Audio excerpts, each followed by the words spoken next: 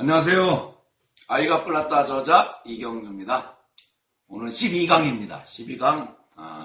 지난주에는 이제 협응력이라는 그 개념에 대해서 좀 말씀을 드렸고요. 오늘은 협응력을 어떻게 훈련시킬 것인가. 협응력이 낮은 아이들, 겁이 많기도 하고, 울음도 징징거리고, 소극적이고, 이런 아이들을 어떻게 또 참을성도 부족하고, 인내심도 약하고, 자제력도 약한 아이들. 이런 아이들 어떻게 운의 협응이라는 뇌 기능을 발달시키고 오늘 그래서 현명한 분만표 12강 협응력 훈련 방법 우리 아이 두뇌의 집중력의 날개를 달자 이 주제를 하겠습니다. 자, 일단은 부모가 마음이 여린 건 여리기 때문에 아이가 여리다. 이건 뭐 어쩔 수가 없지요. 그죠? 어쩔 수가 없죠. 그다음에 기질이라는 건 잘 안 바뀝니다. 기질이라는 건 바뀌기가 만만치가 않아요. 그래서 우리가 기질을 보게 되면 세 가지 유형으로 좀 많이 나눠서 이야기를 많이 하는데 첫 번째 기질 중에 순한 기질 아이들, 그죠? 순한 기질 아이들, 그다음에 느린 기질 아이들, 까다로운 기질 아이들 이런 유형들이 있죠. 이런 기질적인 건 근데 기질은 바꿀 수가 없어요. 그러나 성격은 가능합니다. 좀 아이가 부모님 좀 소극적이에요. 내성적, 그래도 아이들은 적극적일 수가 있어요. 그죠? 이런 것처럼 기질은 바꾸기가 어려워도 아이가 가지고 있는 성격은 부모의 어떤 환경적 요인을 어떻게 제공하느냐, 부모가 어떤 방향을 제시하고 아이를 갖다 훈육하느냐, 이렇게 되면, 마음이 여린 아이들, 그죠? 기질적으로 여린 건 어려워도 이 아이가 여리지만 적극적이고, 도전적이고, 자립심 있고 이런 아이는 만들 수가 있습니다. 근데 유아기 때 제일 중요한 게 뭐냐면 유아기 때 일단 가장 중요한 건 뭐냐면 어둠을 눈으로 받아들이는 훈련이 굉장히 중요합니다. 저도 처음에 군생활을 했지만 군생활하면 싫지요. 저도 뭐 사례가 그거밖에 없어가지고 예를 들면 처음에 갔는데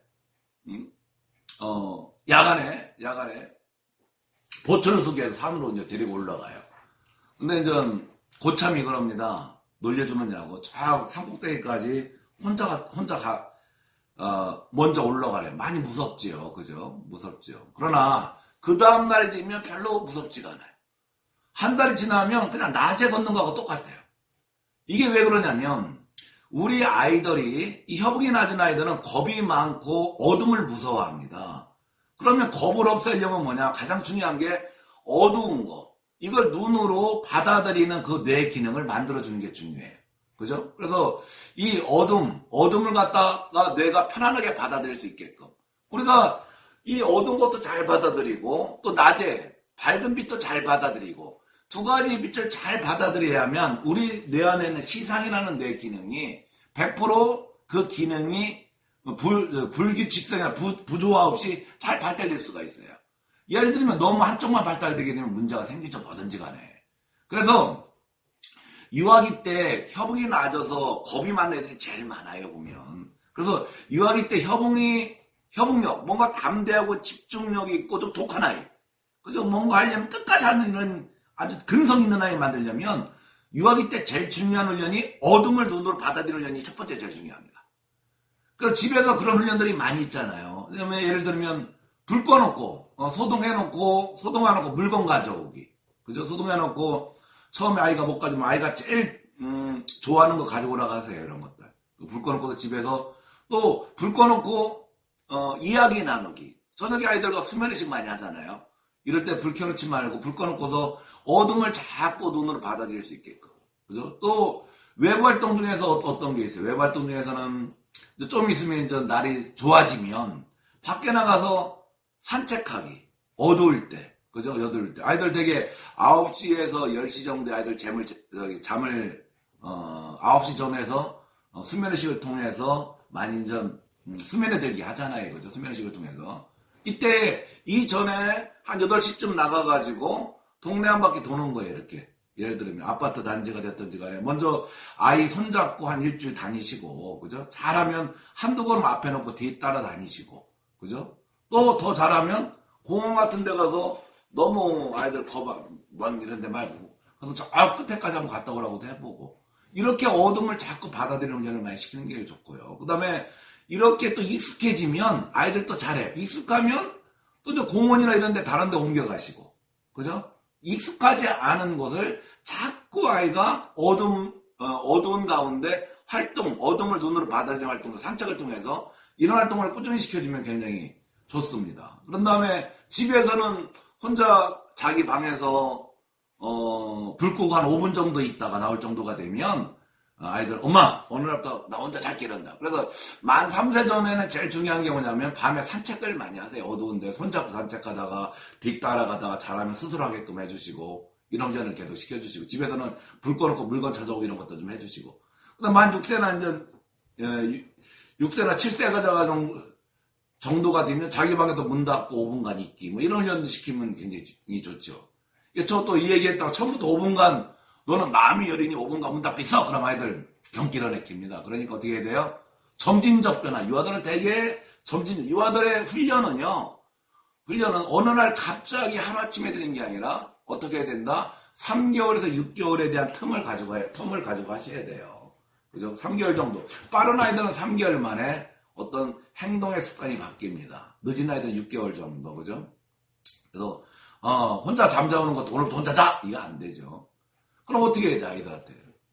제일 중요한 게 뭐냐면, 배변 훈련 같은 거 시키잖아요. 그죠? 배변 훈련 시킬 때, 내가 올해 6월부터 아이 혼자 응아를 하게끔 만들고 싶어. 그럼 6개월 전으로 돌아오는 거예요, 6개월 전으로.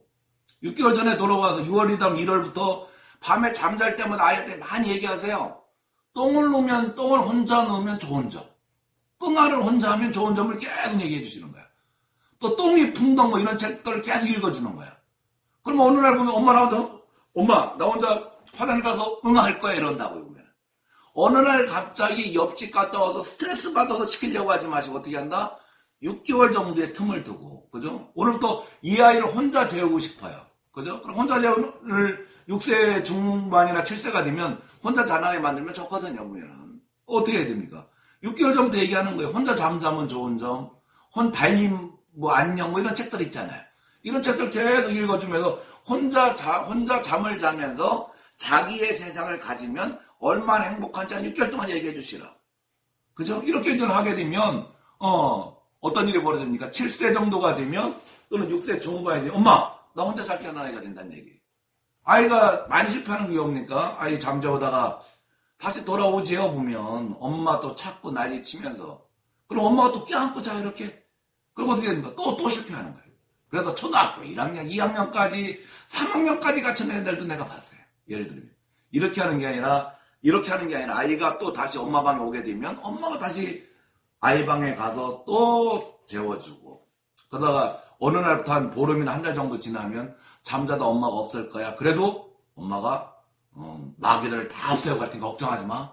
이런 훈련을 끊임없이 반복해야 되면 2, 3개월이면 아이들 다 혼자 잘 수 있는 그런 힘을 갖고 있거든요. 근데 그걸 과잉으로 키우다 보니까 안 되는 거죠. 이렇게 혼자 잘 수 있는 그런 뇌 기능을 잘 만들어 7세 초등학교 가기 전에는 가까운 어두운 밤에 심부름 가서 슈퍼 가가지고 귤 하나 사오기. 예를 들면 이런 훈련들도 굉장히 좋죠. 그래서 늦어도 7세 중반, 7세 하반기에는 혼자 자기 방에서 잠을 잘 수 있는 아이를 만들도록 하시는 게 굉장히 좋습니다. 두 번째는 아이들 인전 할 때 보면은 이게 떨어지는 애들이 조금 더 적극성이 떨어지는 애들이 많아요. 이 혐오인데 그러면 이 적극성을 키워주기 위해서는 어떻게 해야 되느냐? 적극성을 키워주기 위해서는 소극적인 아이한테 그죠? 하지마 엄마가 도와줄게 아빠가 해줄 거야 이런 얘기가 아니라 작은 성공 체험을 계속 하도록 해줘야 돼요. 그죠? 어느 날 갑자기 어떤 큰 과제를 하기란 만만치가 않습니다. 그죠? 아이가 스스로 뭐든지 작은 것들을 밥을 스스로 먹는다든지 그죠? 옷을 정리정돈을 한다든지 이런 걸 가지고 끊임을 그럴 때 제일 많이 활용하는 게 뭡니까? 제가 포인트 제도 같은 거 많이 쓰러가잖아요. 포인트 제도. 달력.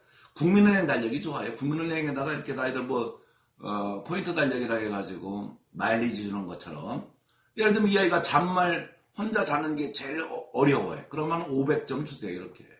그 포인트 달력에다 쭉 적었다가 일주일이면은 아이한테 투명 대지금 통장에다가 일주일 동안에 2,000점을 마련된 2,000을 이렇게 넣어주고 이렇게 자꾸 아이들한테 작은 성취 효과를 계속 느껴줘야 됩니다. 그러면 아이들 좋아지죠. 그 다음에 절제하는 거 가르쳐줘야 돼요. 이거 형계는 아니라 절제하는 거.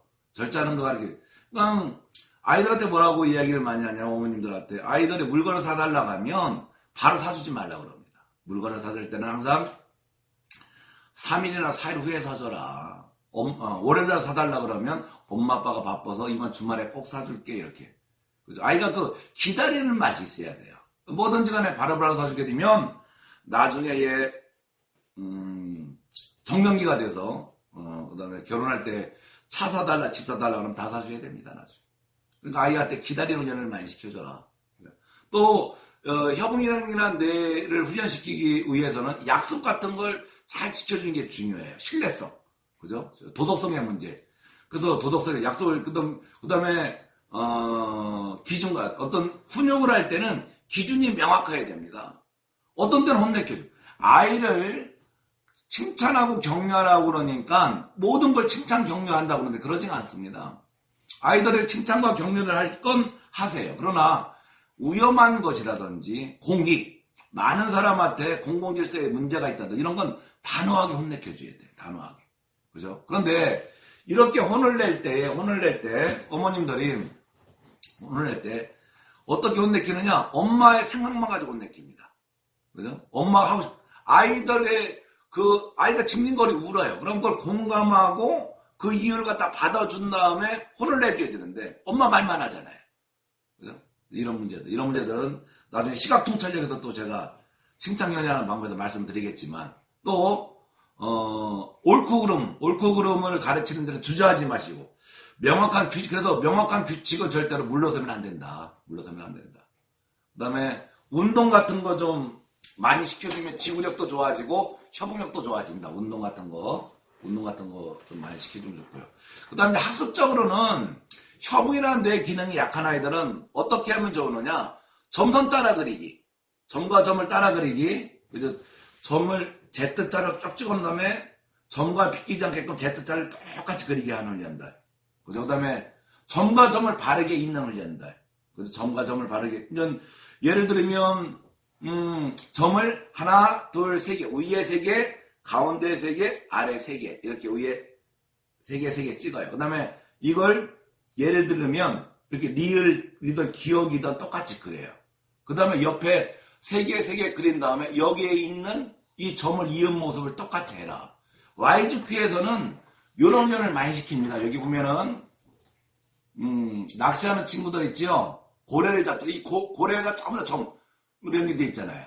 요걸 아이들이 점과 점을 반듯하게 이어가지고 점을 이은 다음에 고래를 요 모양을 만들게끔 색칠하게끔 만들어줘요.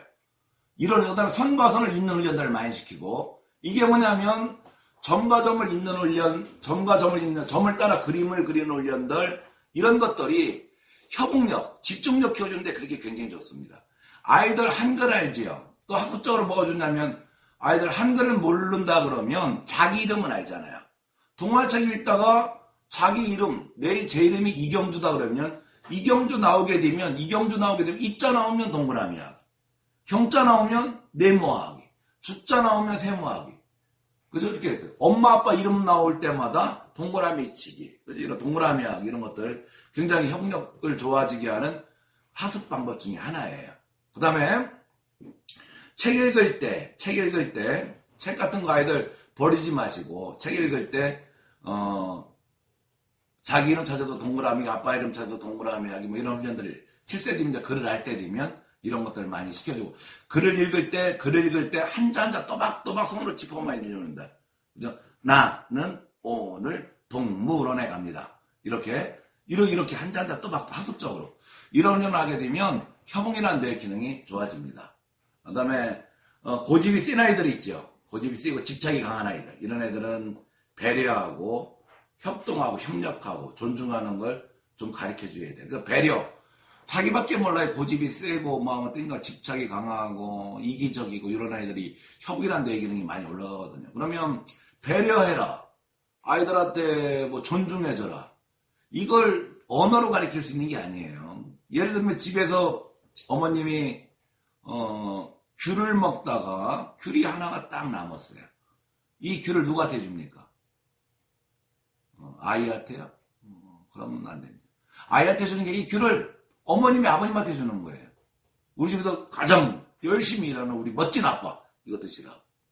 이럴 때 아이들은 이게 내 입으로 들어가는 게 아니라 이렇게 나눠주는 거야. 배려하는 거구나. 배려하는 거나. 존중이라는 게 굉장히 어려운 단어입니다. 존중. 우리는 존중하라 그러잖아요. 존중. 아이를 존중한다는 건 뭐다? 아이가 가지고 있는 인격의 그 자체를 그대로 내가 인정하는 거예요. 아내를 존중한다는 건 뭡니까? 아내의 인격, 또 남편의 인격, 남편이 가지고 있는 10가지, 100가지 성격이 있어요.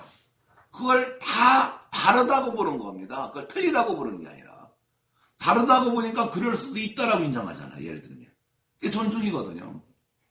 그러니까 내가 필요한 것만 받아들이고 내가 필요한 것만 내가 취하는 게 존중이 아니라 그 사람이 가지고 있는 모든. 그래서 혼자 사는 것보다 혼자 살 때보다 결혼하면 힘들잖아요. 그죠? 혼자 살 때는 편했는데 둘이 살 때 그렇게 수만 가지의 다른 일들을 받아들이고 살아야 되니까 만만치가 않은 거죠. 존중이라는 것이. 결혼 생활을 오래 해보시면 친구가 돼가고 이런 걸 많이 느낍니다. 보면은 아직도 20년, 40년, 50년 사신 어르신들이 뭐라고 합니까? 아직도 와이프를 모르고 아직도 우리 남편이 누군지 모르겠다. 사람의 관계가 그렇게 안다는 게 만만치가 않은 거예요. 더구나 아이들은 갖다가 어떻습니까? 아이들은 막 잘하는 아이들이잖아요. 아이들 다 안다고 생각하는 순간 많은 걸 놓칠 수가 있습니다. 아이들은 알아가는 겁니다. 알아가는 거. 어제보다 이렇게 옷에 되면 많이 극성부리잖아요. 그죠? 왜 그럽니까? 옷에 되면 자원의 기능이 더 활발해지기 때문에 속도 많이 쓰이고, 그죠? 엉뚱한 짓도 더 많이 하고 이러잖아요. 그러다가 중학교 좀 들어가고 이제 4학년, 5학년 되면 말귀도 알아듣고 어른 되면, 그죠? 또 이 아이가 먼 날 성인이 되면 부모님 마음도 이해하고 그렇게 서로 이 가족이라는 그것은 뭐냐? 우리가 이런 말씀드려서 외람되지만 우리가 훈육하고 양육한다고 그러지 사육하는 부모가 되면 안 돼. 사육 뭔지 알죠? 내가 어떤 프레임을 짜놓고서 거기를 다 집어넣는 거예요. 그럼 어떻게 됩니까? 부모가 생각하는 그 이상의 아이가 안 만들어집니다. 그럴 때 어떻게 해야 돼? 아이한테 양육, 훈육이라는 건 뭡니까? 길을 안 내주는 거예요. 길을 안 내줘. 그죠? 자, 정리하겠습니다. 협응이라는 애는 어떤 거다? 첫 번째, 담력을 키워줘라. 그래서 첫 번째, 어둠을 이겨내는 담력 훈련을 해서 담대한 성격을 좀 되도록 도와줘라. 그 소동호 불고기라든지, 혼자 자기 방에다 문 닫고 5분 있기라든지, 밤에 산책하기라든지 이런 것들. 두 번째, 선천적으로 마음이 예를 들어서 잘 오는 아이가 있어요. 여린 아이들. 막 혼내키지 말고. 그 아이는 마음을, 그 이유를 파악해주고 공감해주는 게 중요하다. 세 번째, 잘못된 행동을 고집하면서 떼쓰는 아이가 있어요. 이때 혼내킬 때는 어떻게 해야 된다? 공감하고 이유를 파악하되 큰 소리를 혼내키지 마세요. 큰 소리 혼내키면 그 트라우마가 됩니다. 중점으로 혼내키는 게 중요합니다. 중점으로. 네 번째, 약속은 꼭 지켜주시고 기준과 일관성이 있는 훈육, 상벌에 대한 건 정해놓고 잘하시고 혼낼 때는 혼내키셔야 된다. 절제할 때는 절제하게끔 하셔야 되고 인내할 때는 인내하게끔 하셔야 돼. 다섯째, 옳고 그름을 가르치는데 주저하지 마시고 명확한 규칙은 절대 물러서지 마셔야 됩니다. 그죠? 떼쓰고 온다고 해서 도와주면 안 돼요. 여섯째, 자존감, 공감 능력, 적극성 같은 걸 키워서 감정 통제력과 충동 통제력을 키워주셔야 돼요. 스스로 욱하고 이렇게 참을성 없이 행동한다든지 이런 것들 없어지게끔. 그 다음에 운동 좀 많이 시켜주시고 학습적으로는 첫 번째보다 점선 따라 그리기, 점과점을 바르게 읽기 이런 건 훈련들. 그 다음에 책 읽을 때 자기 이름 나오면 동그라미 하기, 이런 훈련들을 하게 되면 굉장히 많이 도움이 많이 됩니다. 고집과 집착이 센 아이들은 어떻게 된다? 배려하고 존중하는 훈련 해주면 좋다. 아시겠죠? 운에서 제일 중요한 게 협응력입니다. 마음의 집중력. 그래서 협응력이 좋아져서 나중에 자립심이 있고 책임감이 있고 세상을 살아갈 때 자기 힘으로 어려운 역경도 이겨낼 수 있는 뇌를 만드는 게 바로 협응력이에요. 그러기 위해서는 부모님이 뭐든지 해줄게 도와줄게 이러면 안 돼. 해봐라. 할 수 있어. 이런 얘기를 자주 하셔야 된다고요. 그죠? 그러면 협의란 뇌 기능이 좋습니다. YGQ 수업에서는 어떻게 한다고? 원에서는 학습적으로 인지 능력을 키울 수 있는 협응력이나 뇌 기능을 아까 보여준 것처럼 도와드릴 테니 가정에서는 제가 오늘 이야기했는 거를 하나둘씩 도와주면 좋을 거라 됩니다. 판단됩니다. 자, 오늘 협응력의 훈련 방법에 대해서 말씀드렸습니다. 감사합니다. 이걸로 마치겠습니다.